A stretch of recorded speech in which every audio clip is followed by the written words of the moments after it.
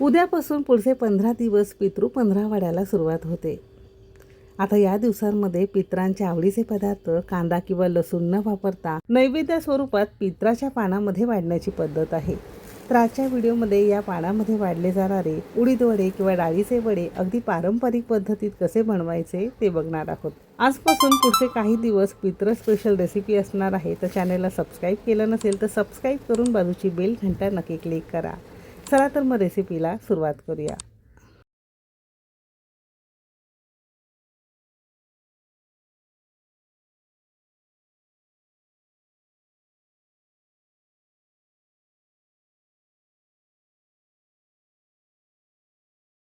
तर डाळीचे वडे बनवण्यासाठी सगळ्यात पहिल्यांदा मेजरिंग कपने 1 कप उडीद डाळ, त्याला पाव कप मुगाची डाळ अशी 2 पाण्याने स्वच्छ धुवून घेतलेली आहे आणि 15-20 मिनिटांसाठी पाण्यामध्ये भिजत घातली. उडदाच्या डाळीमध्ये थोडीशी मुगाची डाळ घातली की वडे छान खुसखुशीत आणि मऊसूत होतात, चवीलाही छान लागतात. तुम्ही कधी करत नसाल तसं नक्की करून बघा. आणि डाळ खूप जास्त वेळ भिजत घालावी लागत नाही. अगदी 15-20 मिनटं डाळ भिजत ठेवली तरीसुद्धा वडे अगदी छान होतात. आता तुम्हाला हवं असेल तर डाळ भिजवून घेतली की पुन्हा एका पाण्याने तुम्ही धुवून घेऊ शकता. अशी ही छान मऊसूत डाळ आपली भिजून तयार आहे. तर इथे आपण साधारणतः 1 पाव किलो प्रमाणात डाळ घेतलेली आहे. याचे वडे 15 ते 20 मध्यम आकाराचे तयार होतात. तुम्हाला जास्त कमी करायचं असेल तर प्रमाण तुम्ही कमी अधिक करू शकता. आता बऱ्याच ठिकाणी वेगवेगळ्या पद्धतीत हे वडे केले जातात. तुमच्याकडे जी डाळ वापरत असेल ती डाळ वापरून तुम्ही सेम पद्धतीने हे वडे तयार करू शकता. आता भिजवून घेतलेली डाळ यातलं सगळं पाणी आपण हातानेच असं निथळून घेणार आहोत आणि निथळून घेतलेली सगळी डाळ मिक्सरच्या भांड्यामध्ये आपण काढून घेणार आहोत. लहान मिक्सरचं भांडं असेल ते 2 ते 3 बॅचमध्ये तुम्ही करू शकता. माझं मोठं असल्यामुळे मी एकाच भांड्यामध्ये सगळं काढून घेतलं आहे. यामध्ये 2 ते 3 हिरव्या मिरच्यांचे तुकडे घेतलेले आहे. हिरवी मिरची आवडीनुसार कमी अधिक करू शकता. अर्धा इंच आल्याचे छोटे छोटे तुकडे घेतलेले आहे. हिरवी मिरची किंवा आलं तुम्हाला आवडत नसेल तर तुम्ही स्किप करू शकता, पण यामुळे वडे चवीला अगदी छान लागतात आणि पारंपरिक पद्धतीत हे घातलं जातं. आणि अर्धा चमचा आपण इथे साधं जिरं घेतलेलं. आता ही तीनही जिन्नस तुम्ही तुमच्या आवश्यकतेनुसार कमी अधिक करू शकता. अगदी कमीत कमी पाण्याचा उपयोग करून छान जाडसर भरड आपल्याला ही फिरवून घ्यायची आहे. नॉर्मली आपण उडीद डाळीचे मेदू वडे करतो त्याला कमीत कमी पाण्याचा उपयोग करून एकदम फाईन किंवा बारीक डाळ वाटली जाते. पण या वड्यांसाठी डाळ आपल्याला खूप जास्त बारीक करावी लागत नाही. अशी जाडसर भरड जरी राहिली तरीसुद्धा चालू शकेल. साधारणतः सेम कपने पाव कप पाणी घालून असं हे छान आपण जाडसर याची भरड करून घेतली. कारण हे पितराच्या पानामध्ये वाढले जाणारे वडे खूप जास्त मऊसूत किंवा खुसखुशीत नसतात. हलकीशी डाळ मोठी राहिली किंवा वडे हलकेसे कडक झाले तरीसुद्धा अगदी छान लागतात, कारण पारंपरिक पद्धतीत तसेच वडे केले जातात. आता ही डाळ भांड्यामध्ये काढताना बघू शकता असं हे थोडंसं जोर लावावं लागतं, पटकन पडत नाही. असं थोडं घट्ट आपल्याला भरड याची करून घ्यायची आहे. म्हणजेच काय, अगदी कमीत कमी पाण्याचा उपयोग करून अशी जाडसर भरड आपल्यालाही फिरवून घ्यायची आहे.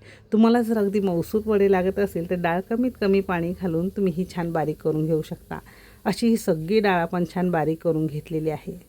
आता वडे जास्त तेलकट होऊ नये, तेल शोषून घेऊ नये म्हणून हाताला थोडंसं पाणी लावायचं आहे आणि एकाच डायरेक्शनमध्ये चांगलं 2 ते 3 मिनटं आपल्याला ही डाळ फेटून घ्यायचं आहे. असं एकाच डायरेक्शनमध्ये डाळ 2 ते 3 मिनटं चांगली फेटून घेतली की यामध्ये छान हवा भरली जाते. त्याने वडे तुमचे हलके होतात व तरंगू लागतात.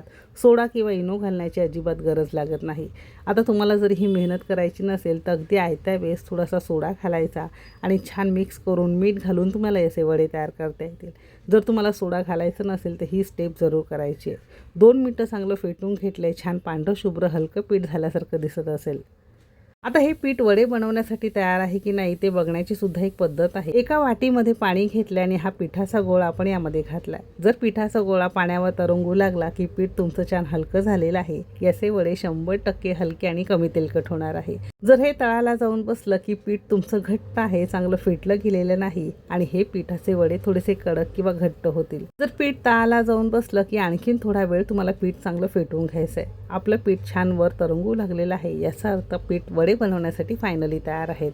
आता अगदी आयत्या वेळी जेव्हा वडे तेलामध्ये सोडायचे असतील त्यावेळेस तुम्हाला चवीपुरतं किंवा अर्धा चमचा मीठ घालायचं आहे. कारण मीठ घातल्यानंतर पुन्हा याला पाणी सुटतं आणि पाणी सुटल्यामुळे वडे नीट थापता येत नाही. म्हणून या सगळ्या गोष्टी वापरून हे वडे तुम्हाला तयार करायचे आहेत. मीठ घालून थोडंसं वर खाली करून घेतले. पिठामध्ये मीठ चांगले एकजीव झालं पाहिजे.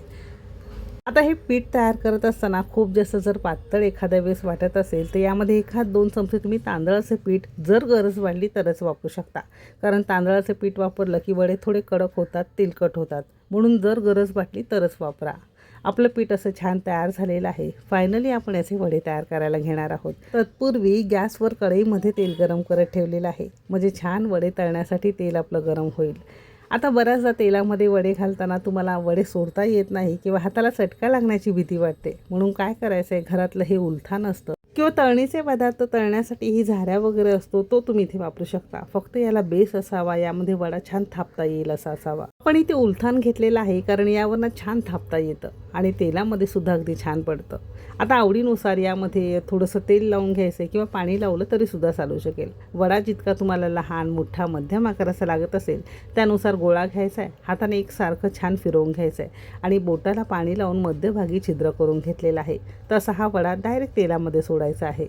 आणि पित्राला केले जाणारे वडे खूप जास्त मोठे नसतात, छोटे छोटे आकाराचे असतात. तशा छोट्या छोट्या उलथानांवर अगदी फटाफट काम होतं आणि खूप जास्त घाई करायची नाही बरं का. जसे होतील अगदी निगुतीने शांतपणे वडे तेलामध्ये सोडायचे. जरी सुरुवातीचे वडे तळले गेले तर ते व्यवस्थित आपण काढून घेऊ शकतो. पण वडे घालताना अजिबात घाई करायची नाही किंवा तेल वगैरे अंगावर उडू शकतं. म्हणून जेव्हाही तळणीचे वगैरे पदार्थ करताना अजिबात घाई करायची नाही. अगदी शांतपणे तुम्हाला हे तळणीचे पदार्थ करून घ्यायचे. आता मोठ्या असे छान कडकडीत तेल गरम करून घेतलेलं होतं. वडे बघू शकता असे छान तेलावर तरंगू लागलेले आहे. याचा अर्थ आपले वडे कमी तेलकट आणि छान हलके झाल्यासारखे दिसत असतील.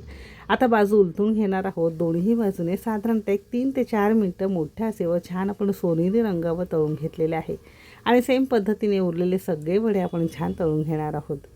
एक गोष्ट नेहमी लक्षात ठेवायची आहे, वडे तळण्यासाठी जे तेलाचा ताव तुम्ही गरम करून घेता ते छान कडकडीत गरम असावं. म्हणजे वडे तुमचे चपटे होत नाही, कमी तेलकट होतात. म्हणून आपण इथे मोठ्या आचेवर साधारणतः 4 मिनटं मस्त कडकडीत मोठ्या आचेवर तेल गरम करून घेतलेलं होतं. तेल छान गरम झालं की वडे आपण घालून दोन्ही बाजूने असे छान तळून घेणार आहोत. आता जसे तुम्ही वडे तेलामध्ये तळत जातात तसं तेलाचा ताव छान कडकडीत गरम होतो. जास्त वडे तुम्ही सोडले तरीसुद्धा चालू शकेल. तसे हे मस्त खुसखुशीत, कुरकुरीत, कमी तेलकट आणि छान मस्त चवीचे हे श्राद्धाचे वडे आपले तयार झालेले आहे. आपण घेतलेल्या जिन्नसात साधारणतः 15 ते 20 असे थोड्या मध्यम आकाराचे वडे तयार होतील. आता इथे आपण 1/2 किलो डाळीचे केलेले आहे. तुम्हाला जास्त प्रमाणात करायचं असेल तर प्रमाण तुम्ही वाढवू शकता. असे या पद्धतीने वडे आपले तयार झालेले आहे. काही वडे आपण इथे तळून घेतलेले आहेत. आता श्राद्धाच्या पानामध्ये वाढण्यासाठी भजी जरी करायला झाली नाही तरी असे वडे केले, कुरड्या, पापड वगैरे तळले तरी आपलं काम सोपं होतं. तरी असं सुद्धा तुम्ही करू शकता. तर बाहेरून एकदम कुरकुरीत झालेलं आहे, आतून छान जाळीदार आलेलं आहे, कमी तेलकट आहे. असे हे श्राद्धासाठी हे उडीद वडे किंवा डाळीचे वडे तुम्ही सुद्धा नक्की करून बघा. आता ही रेसिपी जास्तीत जास्त शेअर करा, म्हणजे ज्यांना कोणाला श्राद्धाचे पदार्थ करायचे असतील त्यांना आपले रेसिपीज बघता येतील, त्यांनासुद्धा थोडंसं नॉलेज मिळेल. रेसिपी आवडली असेल तर एक लाईक नक्की करा. चॅनलवर नवीन असाल सबस्क्राईब करा. बाजूची बेल घंटा नक्की क्लिक करा. म्हणजे आपले हे सगळे पारंपरिक पदार्थ अगदी सोप्या पद्धतीत सरळ भाषेमध्ये तुम्हाला बघता येईल. जास्तीत जास्त शेअर करा. इथपर्यंत रेसिपी बघितल्याबद्दल सगळ्यांचे मनापासून आभार. आणि आपल्या कुकिंग तिकीट मराठीच्या ऑर्गॅनिक मसाल्यांना तुम्ही खूप सुंदर प्रतिसाद दिलेला आहे. ज्यांनी आपले मसाले ऑर्डर केले असतील त्यांचे सगळ्यांचे मनापासून आभार. ज्यांना कोणाला आपले मसाले ऑर्डर करायचे असतील तर डिस्क्रिप्शनमध्ये सगळ्यांच्या लिंक दिलेल्या आहे, नक्की ऑर्डर करा. चला तर मग भेटू एक मस्त आणि जबरदस्त रेसिपीसोबत. तोपर्यंत मस्त खा आणि स्वस्त राहा.